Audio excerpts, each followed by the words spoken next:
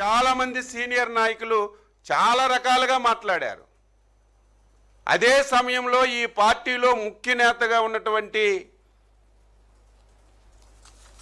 బొత్స సత్యబాబు గారు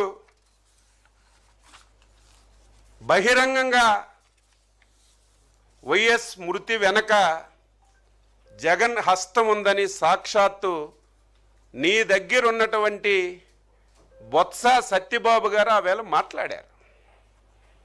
చంద్రబాబు నాయుడు గారి కుట్రలు ఏ స్థాయిలో ఉన్నాయంటే, రాజశేఖర రెడ్డి గారు మరణించినప్పుడే సంతకాల సేకరణ చేశారు జగన్మోహన్ రెడ్డి అని ఒక ప్రచారం చేశారు.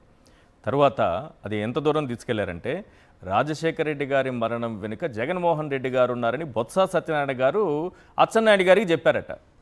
లేనిపోని ఆరోపణలతో మొత్తం ఇది ఈ చర్చ నుంచి మిమ్మల్ని అందరినీ డైవర్ట్ చేయడానికి ఒక కుట్ర చేసినట్టుగా కనిపిస్తుంది. బొత్స సత్యనారాయణ లాంటి ఒక సీనియర్ లీడర్ కన్నీళ్ళు పెట్టుకునే పరిస్థితి ఎందుకు వచ్చిందంటారు? నిజంగా ఈశ్వర్ గారు అంటే మనం ఎప్పుడు ఎక్స్పెక్ట్ చేయలేదు బొత్స సత్యనారాయణ గారి నుంచి. ఎందుకంటే ఎన్నో సంవత్సరాలుగా రాజకీయాలు ఎంతోమంది ముఖ్యమంత్రుల్ని ఎన్నోసార్లు ప్రతిపక్షంలో కానీ పోరాడినటువంటి తీరు మనం చూసాం. ఎప్పుడు కూడా ఆయన ఈ రకమైనటువంటి భావోద్వేగానికి గురికాల. కానీ రాజకీయాలు ఎంత స్థాయికి దిగజారిపోయినాయి అంటానికి వాళ్ళ బొత్స సత్యనారాయణ గారు ఏదైతే కన్నీళ్ళు పెట్టుకునేటటువంటి సీనే అర్థమైపోతా ఉంది.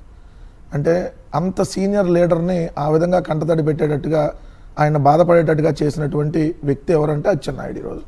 అంటే దిగజారిపోయారు ఇంకెంతకంటే వాళ్ళు దిగజారలే అని ప్రస్తారు. ఎందుకంటే రాజకీయాల్లో మాకు తిట్లో లేదంటే ఆరోపణలు మాకేం కొత్త కాదు ఎవరికైనా. కానీ అది దాటిపోయి ఒక మనిషిని ఇంకా హ్యూమిలేట్ చేస్తూ ఇంకా అతని క్యారెక్టర్ని లేదంటే ఇంకో రకంగా దిగజారుస్తూ ఇప్పుడు ఆయన ఎంత బాధపడ ఆయనకి రాజశేఖర రెడ్డి గారికి ఉన్నటువంటి ఆ బాండింగ్ ఈరోజు ఆయన గుర్తు చేసుకొని బాధపడుతున్నటువంటి పరిస్థితి. ఎందుకంటే ఆయన రాజశేఖర రెడ్డి గారితో అంత బాండింగ్ ఉండేవాళ్ళు. దాన్ని ఈరోజు అచ్చెన్నాయుడు అనేటటువంటి ఒక దుర్మార్గుడు నిజంగా నోటికి ఏదొస్తే అతని దెంభాష, లంభాష, సంభాష, మనుషుల భాష అతనికి రాదు. అంటే నేను వేరే విధంగా మాట్లాడలే, అతను తీరే అంత. సో అది ఒక అభిప్రాయం టీడీపీ పైన ఉంది కదా, పార్టీ లేదు డాష్ లేదని చెప్పేశారు కదా. ఇంకా అసలు దాని గురించి అసలు ఈ రోజు దిగజారిపోయి ఆ మాటలు ఇప్పుడు అసలు రాజశేఖర రెడ్డి గారి ప్రస్తావన ఎందుకు అసలు ఈ రోజు సందర్భం కాదు కదా. పాదయాత్ర ముగింపు జరిగిన రోజు రాజశేఖర రెడ్డి గారు చనిపోయి కూడా ఆల్రెడీ 2009లో మావిగన్ మోడల్ నుంచి మిమ్మల్ని పండించాలి కదా సార్. ఒకళ్ళేమో మావిగన్ మోడల్ నుంచి మావిగన్ అనేటటువంటి దాన్ని జనాల్లోకి చర్చ జరగకూడదని మీ భార్యలను అంటూ నొక్కిపెట్టి చెల్లెలుగా భావించి కట్టుకున్న దాన్ని ఇంకొకటికి ఇచ్చి మీరు అప్పచెబుతారని ఒకడు మాట్లాడతాడు. ఇంకొకడేమో రాజశేఖర రెడ్డి గారి గురించి, జగన్మోహన్ రెడ్డి గారి గురించి ఇష్టం వచ్చినట్టు నోటికి ఏదో వస్తే అది మాట్లాడి బొత్స సత్యనారాయణ గారిని దాంట్లో లాక్కొచ్చి మాట్లాడతారు. నిజంగా ఎంత దారుణం.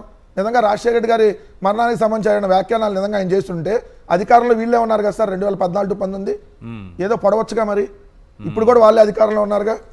ఆల్రెడీ సిబిఐ దానికి సంబంధించి సిబిఐ ఎంక్వైరీ కూడా అయిపోయింది కదా. ఇదేంటో లేదు సార్, ఇవన్నీ చర్చ జరగకూడదు. ఇప్పుడు ఎందుకు బొత్స సత్యనారాయణ గారు గట్టిగా ఫైట్ చేస్తున్నాడు శాసన మండలిలో. మొన్న ఇందాపూర్ హెరిటేజ్కి సంబంధించిన దాని మీద గట్టిగా ఫైట్ చేశాడు. బిఆర్ నాయుడు ఇష్యూని గట్టిగా రైట్ చేశారు.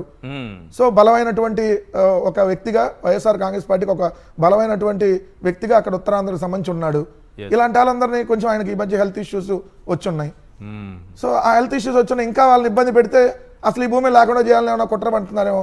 ఇట్లాంటివన్నీ చూస్తే అదే కదా మరి. ఇలాంటి వయసులో ఇప్పుడు ఆయన హెల్త్ ఇష్యూస్ ఉన్నాయి, అంత కన్నీళ్ళు పెట్టిస్తే ఏమవుతుంది సార్?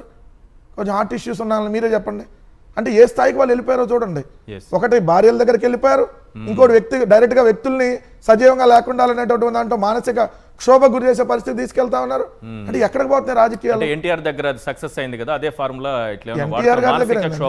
ఎన్టీఆర్ గారి దగ్గర హరికృష్ణ గారి దగ్గర హరికృష్ణ గారు ఎలా అంతేనా? ఆయన రోడ్డు ప్రమాదమైన ఆయన మానసిక క్షోభ గురయ్యా కదా ఇటన్నిటికీ. సో ఇటన్నిటికీ చెప్పాలి కదా. అంటే ఎంత దారుణంగా పరిస్థితి. నిజంగా సార్ ఇలాంటి రాజకీయాలను మనం భవిష్యత్తులో కూడా చూడడం. అంత దారుణమైనటువంటి స్థితికి తెలుగుదేశం పార్టీ వెళ్ళిందనే స్పష్టంగా కనపడతాం.